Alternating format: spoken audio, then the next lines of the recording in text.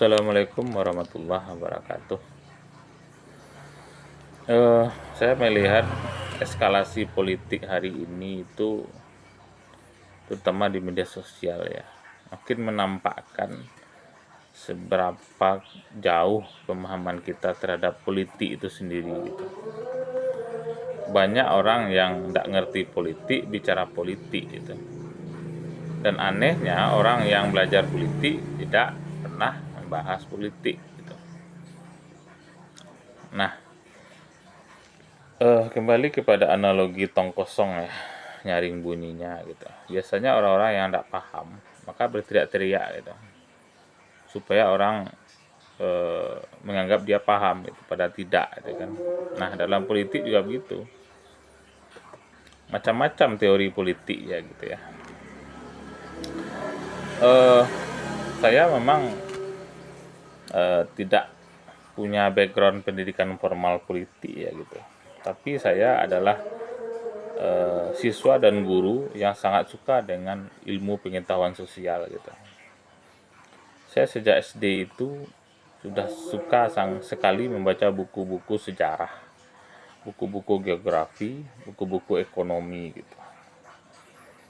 Sampailah saya di aliyah itu ngambil jurusan IPS.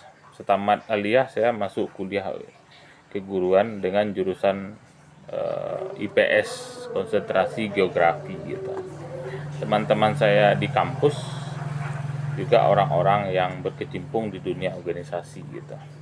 Ketika saya aliyah, saya sudah berkecimpung di OSIS dan juga di kerohanian siswa gitu. Sedikit banyak saya belajar politik itu dari kawan-kawan gitu.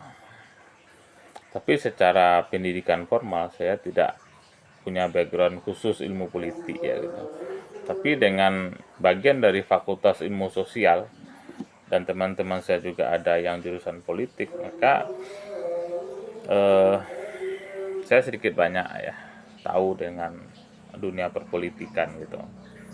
Terutama anak-anak sejarah gitu ya. Meskipun saya jurusan geografi, teman-teman saya yang dari sejarah tuh cukup banyak itu. Malahan saya lebih senang berteman dengan berkawan, berdiskusi dengan anak-anak sejarah. Kemudian ketika saya tamat kuliah, saya ngajar IPS sampai hari ini. Sudah 18 tahun saya jadi guru. Yang saya ajarkan itu adalah ilmu pengetahuan sosial. Sejarah, ekonomi, sosiologi, geografi. Saya masih ingat ya, dosen sejarah pernah bilang seperti ini. Orang yang berbicara politik tapi buta dengan sejarah, maka sesungguhnya dia tidak ngerti dengan politik gitu. Setelah saya pikir-pikir, benar juga itu. Karena politik itu bukan hitam putih ya gitu ya. Bukan si A baik si B buruk itu. Ini bukan berarti politik itu munafik, bukan ya. Politik itu seni ya. Seni bagaimana mempertahankan kekuasaan, mendapatkan kekuasaan dan mempertahankan kekuasaan. Memang goalnya adalah kekuasaan gitu. Tapi politik dalam arti yang luas lebih dari sekedar itu. Karena politik itu sangat kait erat hubungannya dengan ilmu sosial, bagaimana hubungan antar sesama manusia, kemudian ilmu ekonomi, bagaimana pemenuhan kebutuhan orang banyak, gimana bikin kebijakan untuk memenuhi kebutuhan orang banyak gitu. Kemudian kita juga berkait dengan sejarah gitu. Kemudian juga berkait dengan geografi yang disebut dengan geopolitik gitu. Ketika saya kuliah geografi, saya pernah belajar walaupun hanya 2 SKS ya, geografi politik gitu. Nah, dengan pengalaman yang seperti itu, maka karena saya juga suka baca buku-buku sejarah ya, mulai dari sejarah Islam, sejarah modern, sejarah masa lampau ya. Ketika masalah-masalah yang berhubungan dengan negara ya, dalam konteks Indonesia gitu ya, Karena kalau kita bicara sejarah politik dunia itu lebih kompleks lagi gitu. Semisal Timur Tengah ya, kawasan Timur Tengah itu kan eh, selama ini kalau di media sosial saya cukup banyak menulis tentang Timur Tengah ya, bagaimana geopolitik di sana gitu. Memang politik itu tidak hitam putih gitu ya. Makanya orang-orang yang buta politik tapi sok tahu dengan politik. Ketika ada orang mengatakan misalnya Timur Tengah itu kenapa berkonflik, kenapa tidak pernah damai, penyebabnya adalah Sunni Syiah, maka dia telan bulat-bulat gitu. Kalau dia pro dengan Syiah, dia mengatakan penyebab semua kerusakan di Timur Tengah itu adalah orang-orang Sunni gitu, yang berkolaborasi dengan Zionis. Itu juga dengan orang-orang yang anti Syiah, dia mengatakan semua kerusakan di Timur Tengah itu gara-gara orang-orang Syiah gitu. Ini kan orang buta politik tapi sok tahu politik gitu. Nah, kita kembali kepada bagaimana hubungan politik dengan ekonomi, sosiologi, sejarah, bahkan antropologi gitu. Karena itu bidang yang sering saya ajarkan di sekolah, dan saya juga dulu pernah belajar juga di kampus, baca buku dan segala macamnya gitu ya. Maka bagi saya politik itu tidak sesederhana orang-orang yang mendukung pemerintah dan juga orang-orang yang anti pemerintah dalam melihat masalah gitu. Bukan berarti saya netral ya gitu. Saya punya prinsip begini. Selagi itu sebuah kebenaran, maka saya akan berpihak gitu. Jadi keberpihakan saya itu kepada kebenaran, bukan kepada orangnya gitu.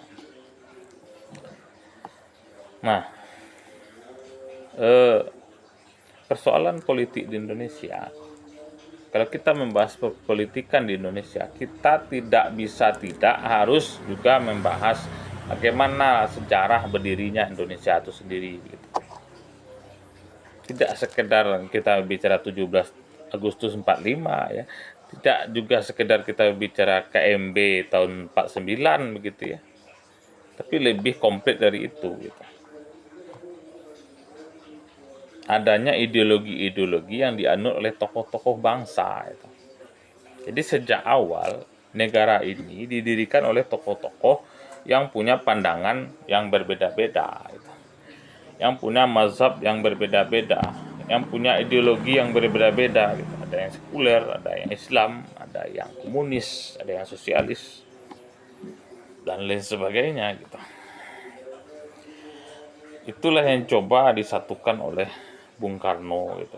Makanya Orde Lama selama 20 tahun itu adalah upaya menyatukan perbedaan-perbedaan pandangan tadi menjadi sebuah clue yang bernama Nasakom begitu.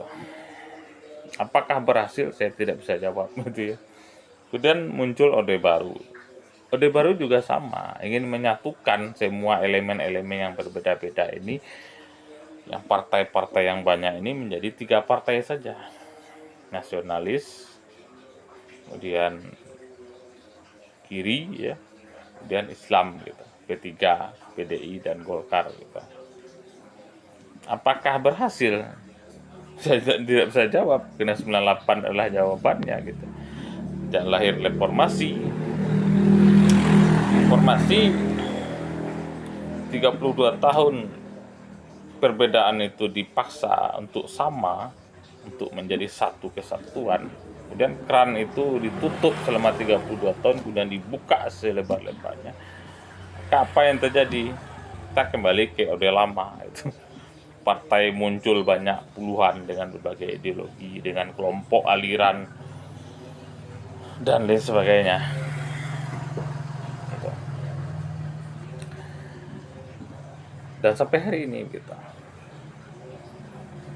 Nah, celakanya gitu. Saya tidak menyalahkan reformasinya, saya tidak menyalahkan Amin Raisnya, karena itu adalah bagian dari sejarah gitu.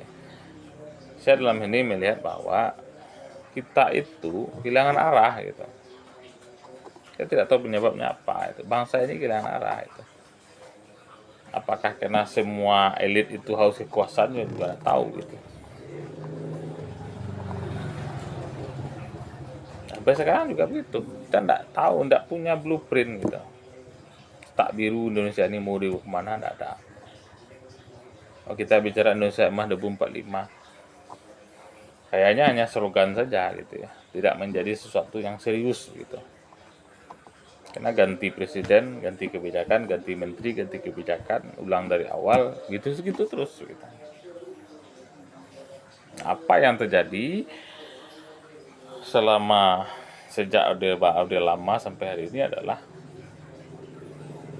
KKN gitu. Dari atas sampai ke bawah. Apakah penyebab dari semua kemunduran ini hanya KKN? Tidak. Penyebab utama ya secara ini, kalau kita berbicara tentang teknis ya, saya setuju dengan ungkapan Pak Dahlan Iskan. Masalah bangsa itu ada 3 kata beliau. Pertama birokrasi, kedua birokrasi, ketiga birokrasi. Jadi masalahnya adalah birokrasi. Berbicara birokrasi, berbicara mental, berbicara SDM, berbicara pendidikan. Lihatlah kualitas pendidikan kita. Jadi ujung-ujungnya dari segala permasalahan politik kita itu adalah SDM gitu. Yang sampai detik ini tidak pernah serius untuk diperbaiki begitu. Nah, itu saja dulu ya. Nanti kita bahas kapan-kapan. Assalamualaikum warahmatullahi wabarakatuh.